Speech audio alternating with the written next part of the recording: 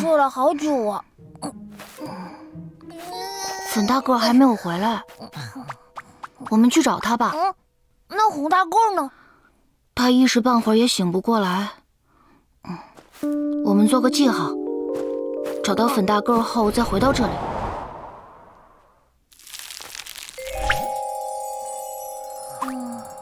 走吧，天路。好，等我们回来哦。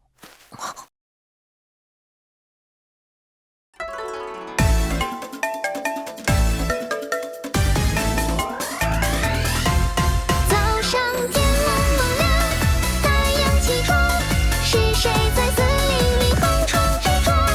不敢掉进池塘，就当乘凉，甩一甩马，继续嚣张。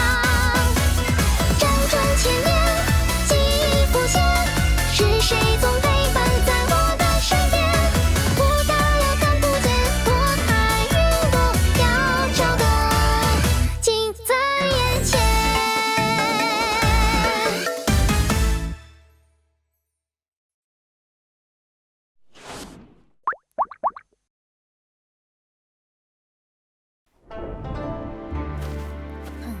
大个应该是往这个方向。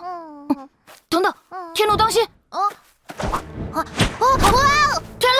你没事吧？我帮你解开，别乱动。辟邪，快看！那是什么？人类在貔貅兄弟沉睡期间出现了，他们成群结队，连吃带拿，所到之处皆扫空。好多金球球哦！这群怪物看起来很不祥啊。闻着好臭，喂，泥巴味的。我们绕道吧。可是好饿呀！这是最近的路了吗？好深。但也没有别的路了。我先跳，你跟在我后面。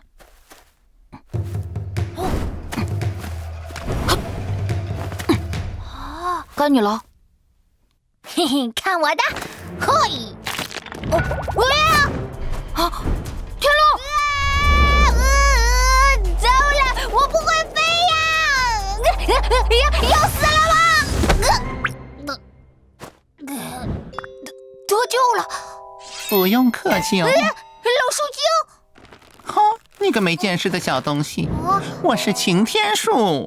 擎天树，阴天不长吗？小家伙，你是想上去吗？辟邪在上面等着我呢，我得赶快。相逢即是有缘，看你可怜，送你点东西吃吧。这是吃了能获得技能的宝玉，运气好的话，说不定能解锁飞行能力哦。好，发光了，试着发动一下。嘿，辟邪！天路，只能发动一次哦。再试试别的。变大宝玉，只能维持2秒。发电，只能发静电。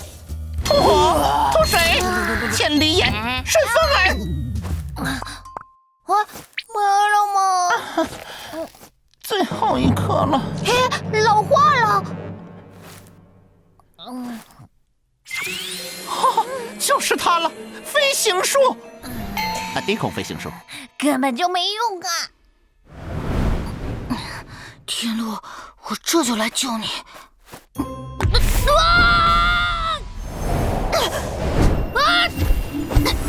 别怕，我接住你了。坐稳。你是谁？你好啊。